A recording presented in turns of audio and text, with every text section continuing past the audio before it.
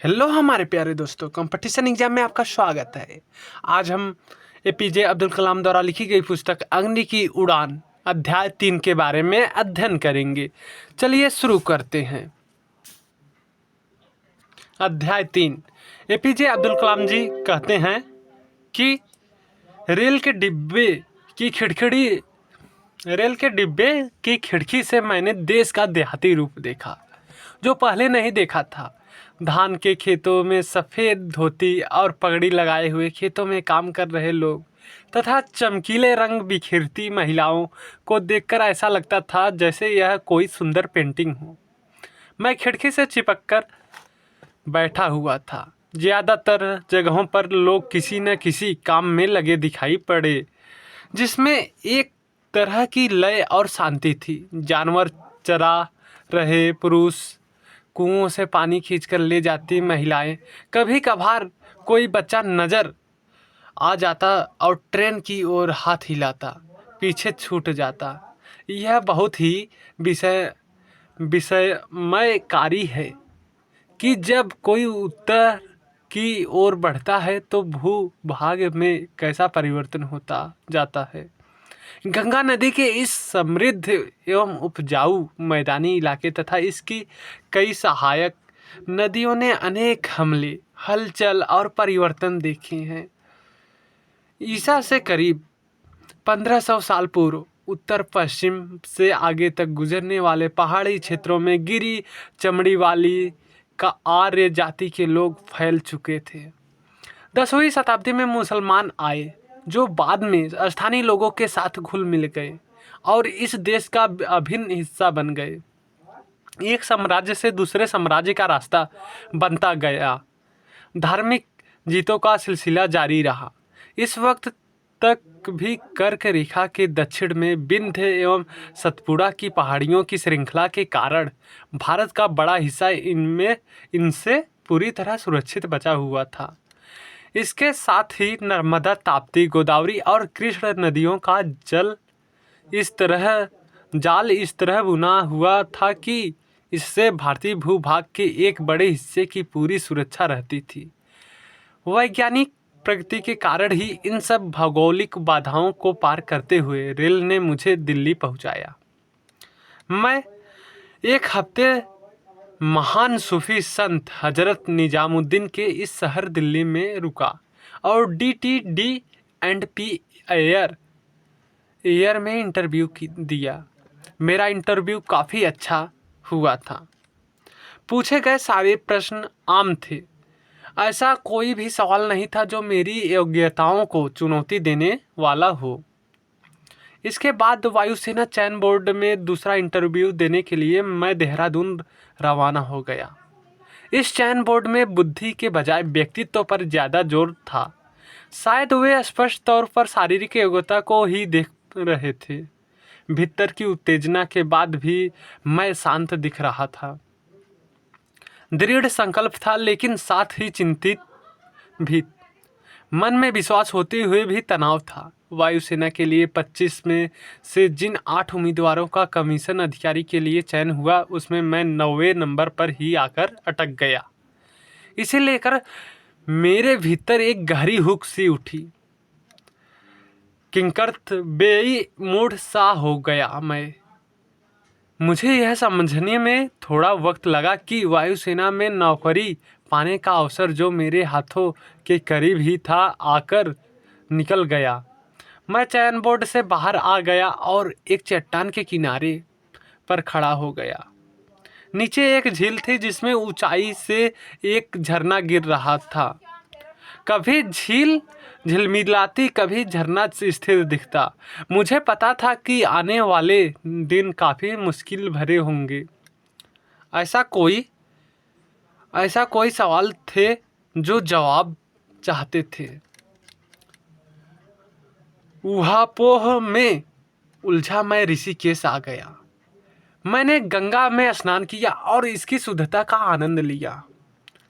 इसके बाद मैं छोटी सी पहाड़ी पर बने शिवानंद आश्रम में गया। जब मैंने आश्रम में प्रवेश किया तो मुझे तीव्र कंपन महसूस हुए। मैंने देखा कि चारों ओर बड़ी संख्या में साधु समाधि लगाए बैठे हैं। मैंने पढ़ा था कि साधु आत्मिक व्यक्ति होते हैं, वे व्यक्ति जो अपने अंतर्ज्ञान से ही सब कुछ जान लेते हैं। अपने उदासी के क्षणों में ही मैं उन सवालों का जवाब खोजने चला जो मुझे परेशान किए हुए थे। मैं स्वामी शिवानंद से मिला, बिल्कुल भगवान बुद्ध की तरह दिखने वाले। वह श्वेत धवल धोती और पैरों में खड़ाऊं पहने हुए थे। मैं उनकी अत्यंत सम्मोहक, एकदम बच्चे जैसी मुस्कान और कृपालु भाव देखकर दंग रह गया। मैंने स्वामी जी को अपना परिचय दिया। मेरे मुस्लिम नाम की उनमें जरा भी प्रतिक्रिया नहीं हुई। मैं और आगे कुछ बोल पाता इससे पहले ही उन्होंने मेरी उदासी का कारण पूछ लिया। उन्होंने कहा यह मत पूछना कि मैंने यह कैसे जाना कि तुम उदास हो। और फिर मैंने उनसे यह नहीं पूछा। मैंने उन्हें भारतीय वायुसेना में अपने नहीं चुने जा पाने की असफलताओं के बारे में बताया। उन्होंने मुस्कुराते हुए मेरी सारी चिंताएं दूर कर दी और फिर धीमे तरह तथा गहरे स्वर में कहा, इच्छा जो तुम्हारे हृदय और अंतरात्मा से उत्पन्न होती है हो, जो शुद्ध और मन से की गई हो, एक विस्मित कर देने वाली विद्युत चुम्बकीय ऊर्जा लिए होती है। यही ऊर्जा हर रात को जब मस्तिष्क सुषुप्त अवस्था में होता है आकाश में चली जाती है। हर सुबह यह ऊर्जा अब्रह्मांडीय चेतना लिए वापस शरीर में प्रवेश करती है। जिसकी परिकल्पना की गई है वह निश्चित रूप से प्रकट होता नजर आएगा। नौजवान इस तथ्य पर ठीक उसी तरह अनंत काल तक भरोसा कर सकते हो जैसे तुम हमेशा सूर्योदय के अकाट्य सत्य पर भरोसा करते हो। जब शिष्य चाहेगा गुरु हाजिर होगा। कितना सच है यह। यहाँ गुरु अपने शिष्य को रास्ता दिखाता है जो अपने रास्ते से थोड़ा भटक गया है। अपनी निर्यात को स्वीकार करो और जाकर अपना जीवन अच्छा बनाओ। नियति को मंजूर नहीं था कि तुम वायुसेना के पायलट बनो। नियति तुम्हें जो बनाना चाहती है उसके बारे में अभी कोई नहीं बता सकता, लेकिन नियति यह पहले ही तय कर चुकी है। अपनी इस असफलता को भूल जाओ। जैसा कि नियति को तुम्हें यहाँ लाना ही था। असमंजस से निकल अपने अस्तित्व के लिए सही उद्देश्य की तलाश करो। अपने को ईश्वर की इच्छा पर छोड़ दो। स्वामी जी ने कहा, मैं दिल्ली लौट आया और DTD&P एयर जाकर अपने इंटरव्यू के नतीजे के बारे में पता लगाया। जवाब में मुझे नियुक्ति पत्र दे दिया गया। अगले ही दिन मैंने 250 रुपये की मूल वेतन पर वरिष्ठ वैज्ञानिक सहायक के पद पर काम संभाल लिया। मैंने सोचा अगर यही मेरी नियति है तो इसे होने दिया जाए। आखिरकार अब मुझे काफ़ी मानसिक शांति थी। वायुसेना में चैन नहीं हो पाने का दुख मैंने भुला दिया था। ये सब सन 1958 की बातें हैं। निदेशालय में मुझे तकनीकी केंद्र उड्डयन में लगाया गया। अगर मैं हवाई जहाज़ उड़ा नहीं रहा था तो कम से कम उन्हें उड़ान के लायक बनाने में तो मदद कर ही रहा था, ऐसा मैं सोचा करता था। निदेशालय में मेरी नौकरी के पहले साल के दौरान मैंने ऑफिसर इंचार्ज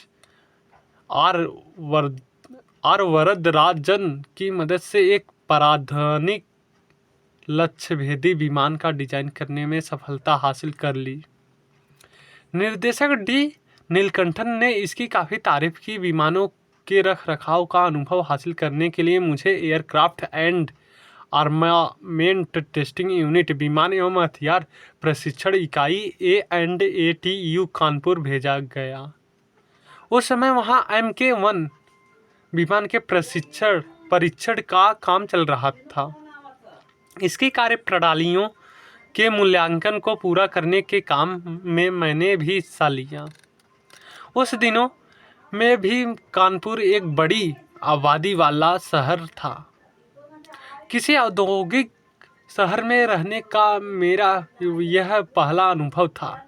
ठंड, मौसम, भीड़, शोर शराबा और धुआं, यह सब एकदम रामेश्वरम के माहौल से ठीक विपरीत था।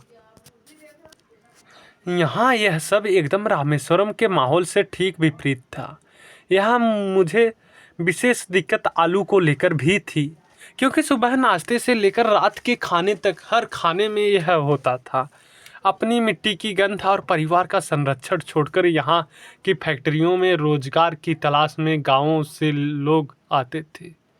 मुझे इन भटकते लोगों को देखकर बड़ा दुख होता।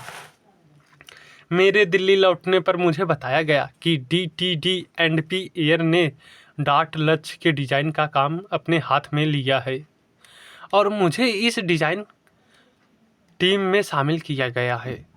तब मैंने इस डिज़ाइन का प्रारंभिक अध्ययन किया और बाद में इसका डिज़ाइन भी तैयार किया तथा ऊर्ध्वाधर उड़ान भरने और विमान उतरने के प्लेटफार्म को भी विकसित किया। मैं हॉट कॉकपिट के विकास एवं निर्माण के काम से भी जुड़ा था।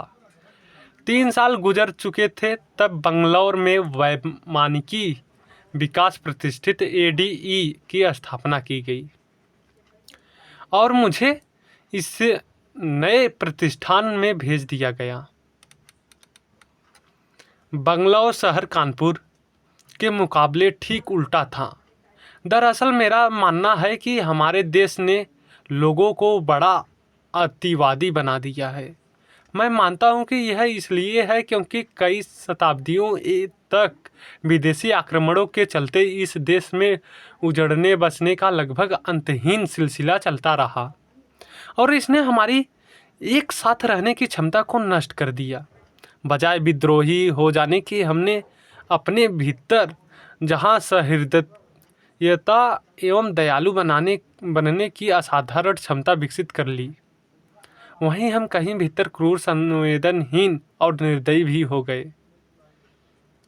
साधारण दृष्टि से तो हम सजीव नजर आते हैं, परंतु यही दृष्टि आलोचनात्मक हो तो हम विलक्षण हो जाते हैं। कानपुर में मैंने लोगों को पान चबाने में वाजिद अली शाह की नकल करते देखा और बंगलौर में अंग्रेज साहबों की तरह लोगों को कुत्ते घुमाते पाया। यहाँ भी मैं रामेश्वरम जैसी शांति एवं निस्तब्धता के लिए तरस गया। भारतीयों में मन और मस्तिष्क के बीच जो संबंध है उसको भी हमारे शहरों की खंड खंड होती संवेदनशीलता ने खत्म सा कर दिया है। मैं अपनी शाम में बंगलौर के बगीचों एवं व्यावसायिक परिसरों में टहलकर बिताता। पहले वर्ष में ADE में काम का दबाव बहुत ही कम था। दरअसल सबसे पहले खुद मुझे ही अपने लिए एक काम तैयार करना था, तभी धीरे धीरे माहौल तैयार हो पाता। शुरुआती अध्ययन के अनुभव के आधार पर एक टीम बनाई जिसे ग्राउंड इक्विपमेंट मशीन जैम के रूप में स्वदेशी हावरक्राफ्ट मडराने वाले वाहन का डिजाइन तैयार करना और विकास करना था। यह टीम एक छोटे कार्य दल के रूप में थी जो वैज्ञानिक सहायक के स्तर पर इससे 4 लोग शामिल थे। ADE के निदेशक डॉक्टर OP मेदिरत्ता ने मुझसे इस टीम का नेतृत्व करने को कहा। उड़ान में इंजीनियरिंग मॉडल शुरू करने के लिए हमें 3 साल का वक्त दिया गया। यह परियोजना हमारी सामूहिक क्षमताओं की तुलना में हर तरह से बड़ी थी। हममें से किसी को भी मशीन और वो भी विमान तैयार करने का अनुभव नहीं था, न ही कोई डिजाइन या कल पुर्जे उपलब्ध थे जिनकी मदद से इसे शुरू कर पाते। यह हम सबको पता चल गया था कि हम ऐसी उड़ती मशीन का निर्माण सफलतापूर्वक कर सकते हैं। हावरक्राफ्ट्स के बारे में जितना कुछ पढ़ने को मिला सकता था, यह हम सबको पता चल गया था कि हम ऐसी उड़ती मशीन का निर्माण सफलतापूर्वक कर सकते हैं। हावरक्राफ्ट्स के बारे में जितना कुछ पढ़ने को मिल सकता था हमने जुटाने की कोशिश की, लेकिन बहुत ज़्यादा उपलब्धि नहीं रही। इस क्षेत्र में कार्यरत लोगों से विचार विमर्श किया, लेकिन कुछ भी हाथ नहीं लगा। एक दिन मैंने सीमित जानकारियों और उपलब्ध संसाधनों से ही काम शुरू करने का फैसला कर डाला। पंखों रहित हल्का और तीव्र मशीन वाला वाहन तैयार करने के इस उत्साहजनक उद्यम ने मेरे दिमाग की खिड़कियाँ खोल दी। मुझे जल्दी ही हावरक्राफ्ट व एयरक्राफ्ट के बीच कम से कम एक लाक्षणिक गुण दिख गया। आखिरकार राइट बंधुओं को भी पहला हवाई जहाज़ तैयार करने में 7 साल लग गए थे। मैंने पाया कि जैम परियोजना के विकास के लिए यह काफ़ी अच्छे अवसर है। ड्राइंग बोर्ड पर कुछ महीने काम करने के बाद हम लोग सीधे हार्डवेयर विकसित करने में जुट गए। एक खतरा हमेशा यह बना रहता था कि मेरे जैसे ग्रामीण छोटे कस्बे वाले मध्यम वर्गीय जिसके माता पिता की थोड़ी ही शिक्षा हुई हो पृष्ठभूमि वाले को कहीं किनारे तो नहीं कर दिया जाएगा और अस्तित्व बचाने के लिए तब तक संघर्ष करना पड़ेगा जब तक उचित परिस्थितियाँ पैदा न हो। मैंने ठान लिया कि मुझे अपने लिए अवसर खुद तैयार करने होंगे। हिस्सा दर हिस्सा, चरण दर चरण तथा सुनियोजित तरीके से काम शुरू होने लगा। इस परियोजना पर काम करते हुए मैंने यह जाना कि अगर एक बार आपके मस्तिष्क में कोई नया विचार आ गया तो यह अपने मूल स्वरूप में कभी वापस नहीं लौटता। उस दिनों B.K. कृष्ण मेनन रक्षा मंत्री हुआ करते थे। वे हमारी इस परियोजना की प्रगति के बारे में जानने के बड़े इच्छुक रहते। इस परियोजना को वह भारत के रक्षा उपकरणों के स्वदेशी विकास की शुरुआत के रूप में देखते थे। जब भी वे बंगलौर में होते हमारी इस परियोजनाओं की समीक्षा करने के लिए थोड़ा वक्त हमेशा निकालते थे। हमारी योग्यता में उनका विश्वास हमारे उत्साह को और बढ़ा देता था। मैं सभी बाहरी मुश्किलों को भूल अपनी कार्यशाला में उसी तरह जाया करता था जिस तरह मेरे पिताजी बाहर जूते उतार मस्जिद में नमाज पढ़ने जाते थे। लेकिन जैम परियोजना के बारे में कृष्ण मेनन जैसी राय हर किसी की नहीं बनी। उपलब्ध उपकरणों एवं कलपुर्जों से हम जो प्रयोग कर रहे थे उससे मेरे वरिष्ठ सहयोगी पूरी तरह खुश नहीं थे।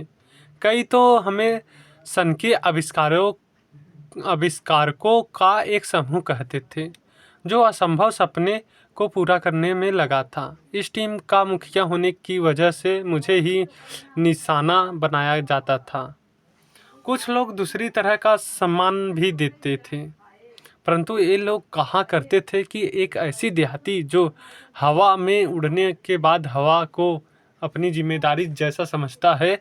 ADE के कुछ वरिष्ठ वैज्ञानिक मेरे विरुद्ध जो टिप्पणियां करते थे उनसे मुझे 1896 में राइट बंधुओं पर लिखी जॉन ट्राविस की कविता याद आ जाती। बांस और सुतली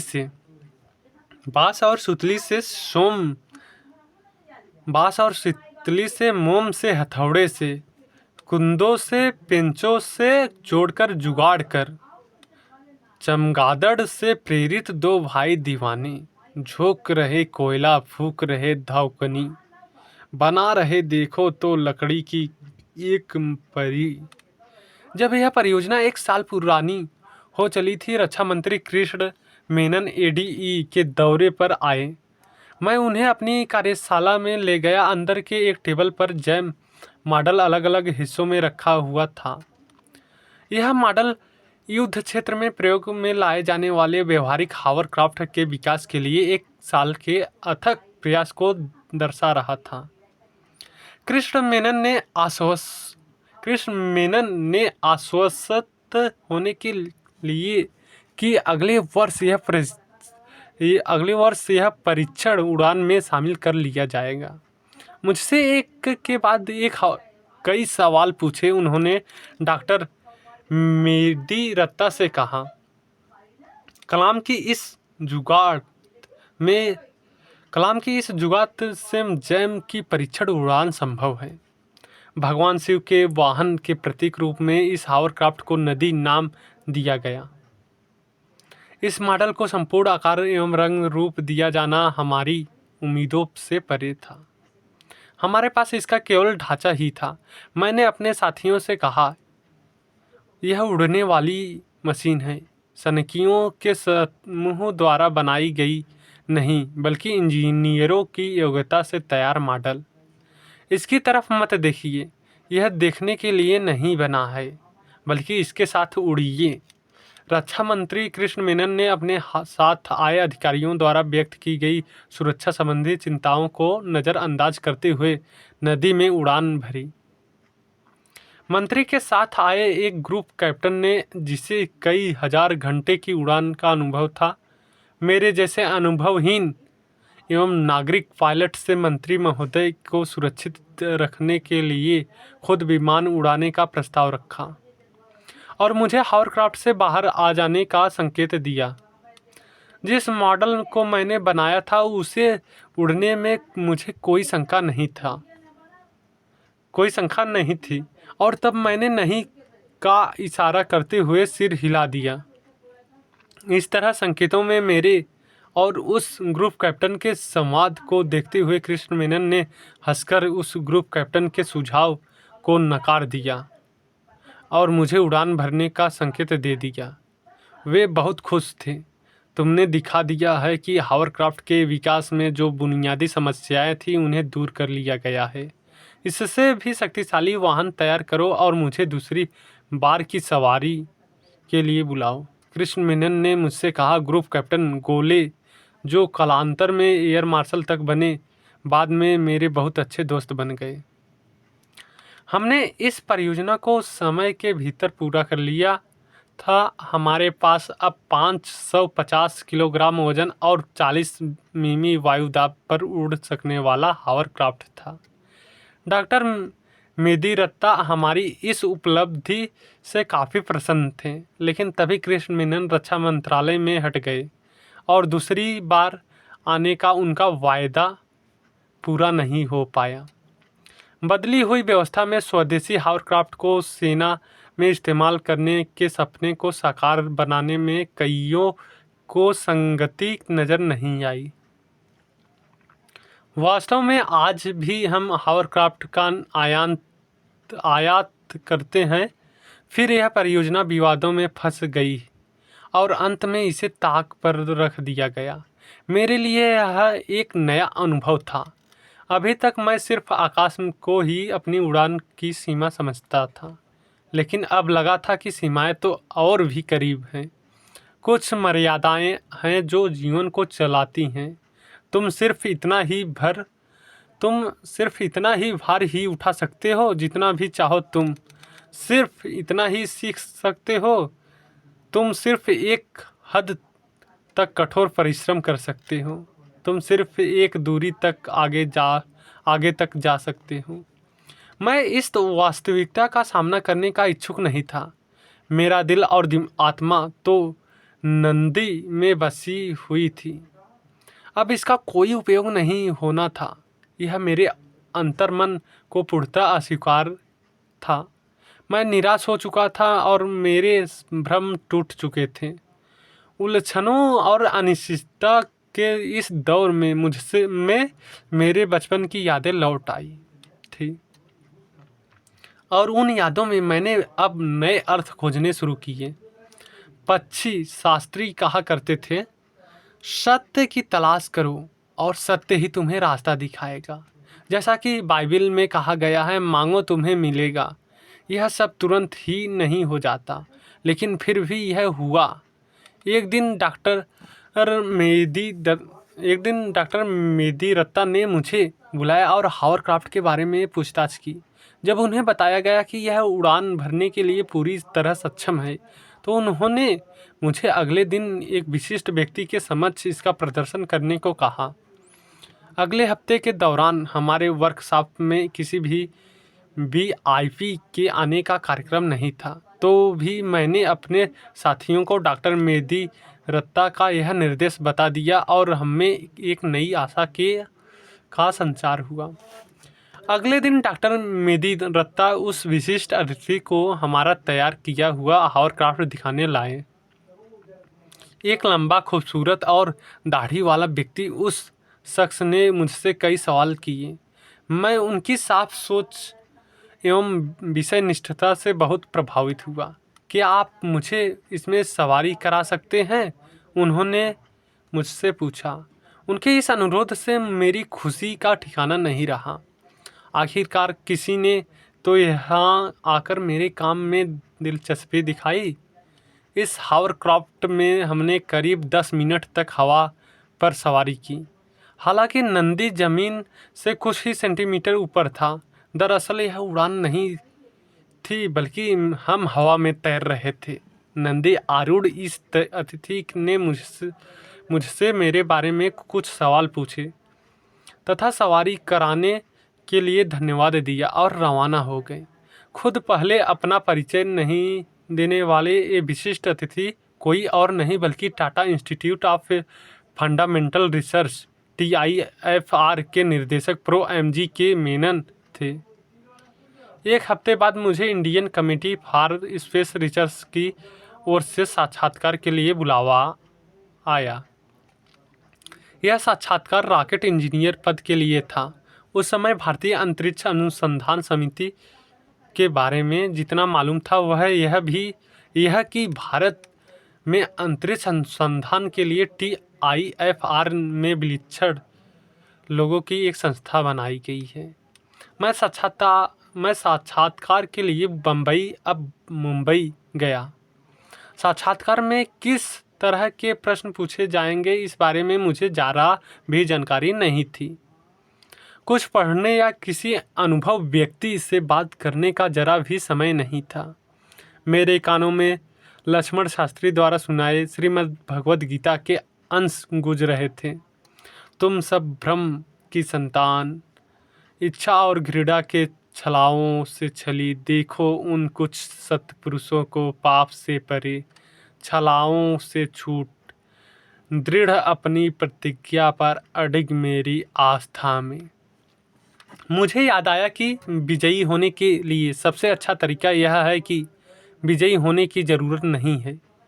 जब आप भ्रमों से मुक्त एवं शांति चित्त होते हैं तभी किसी काम को पूरा बेहतर ढंग से कर पाते हैं। मैंने चीज़ों घटनाओं को उसी तरह लेना शुरू कर दिया जैसे वे मेरे जीवन में आई। न तो प्रो MG के मेनन बंगलौर दौरे पर हमारे यहाँ आते, न ही मुझे यहाँ साक्षात्कार के लिए बुलावा आता। मैंने तय किया कि इसी तरह का नज़रिया होना सबसे अच्छा है। मेरे साक्षात्कार डॉक्टर विक्रम साराभाई ने लिया। उनके साथ प्रो MG के मेनन और परमाणु ऊर्जा आयोग के तत्कालीन उप सचिव श्री सराफ भी थे। जैसे ही मैंने कमरे में प्रवेश किया मुझे उत्साहवर्धक और दोस्तानापूर्ण माहौल महसूस हुआ। डॉक्टर साराभाई की जिंदा दिली देखकर मैं दंग रह गया। उनमें कहीं कोई ऐसा अहंकार, अखड़पन या अतिरेक का भाव नहीं था जैसा कि प्रायः साक्षात्कार लेने वाले नौजवान उम्मीदवार के सामने प्रदर्शित करते हैं। डॉक्टर साराभाई के प्रश्न मेरी मौजूदा योग्यता या कुशलता की परीक्षा लेने वाले नहीं थे, बल्कि वे उन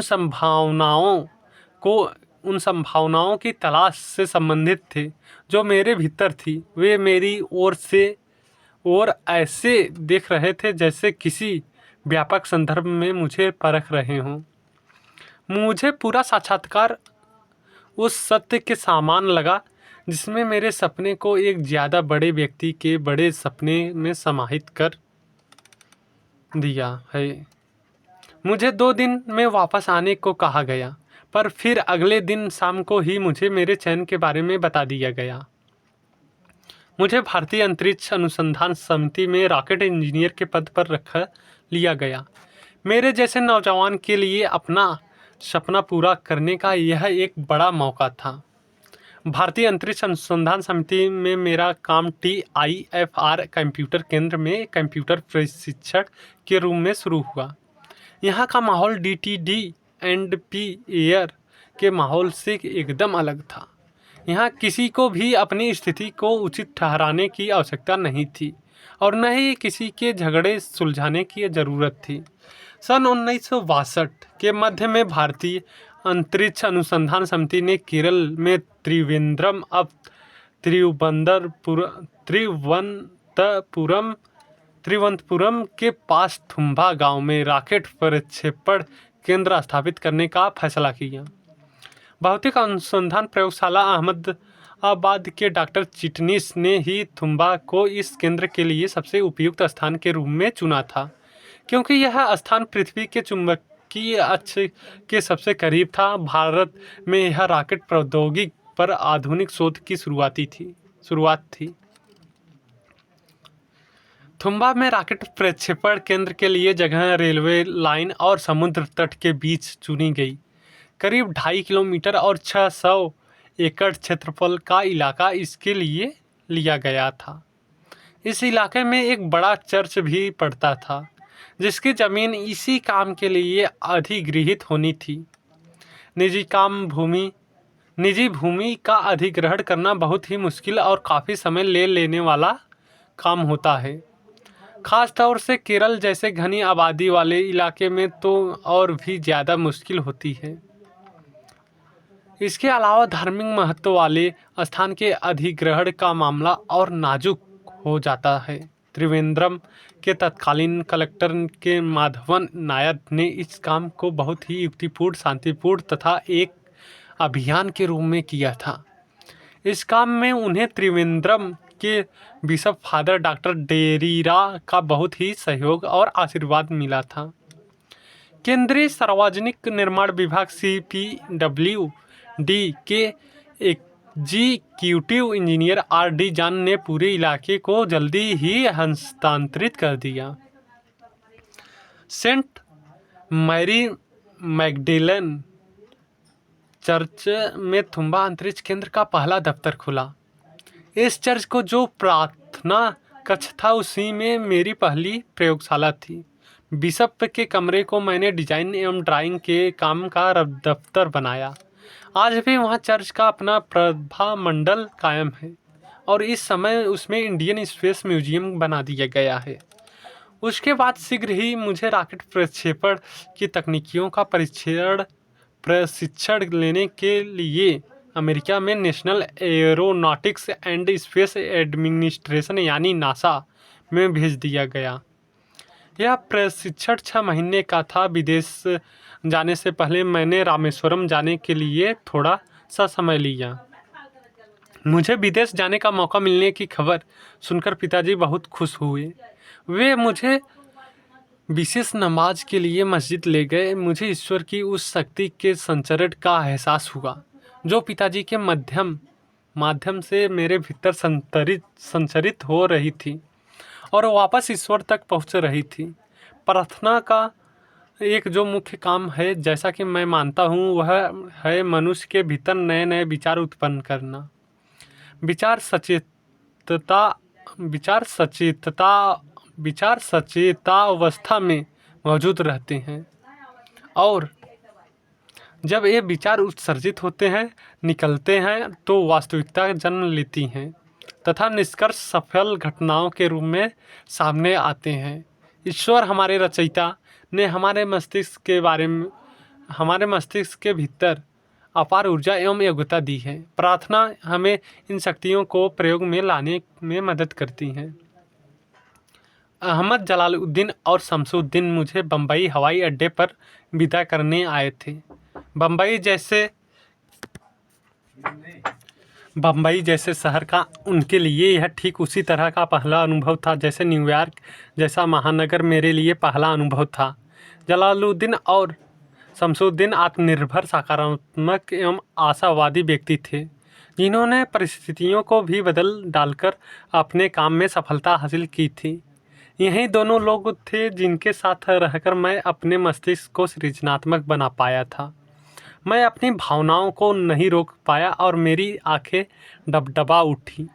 तब जलालुद्दीन ने कहा, आज़ाद, हमने तुम्हें हमेशा प्यार किया है और यही स्नेह तुम्हारे भीतर भी है। हमें तुम पर हमेशा गर्व रहेगा, मेरी क्षमताओं को लेकर उनके भीतर जो श्रद्धा भी, उसे देखकर मेरी आँखों से अश्रुधारा बह निकली। जय हिंद, जय भारत।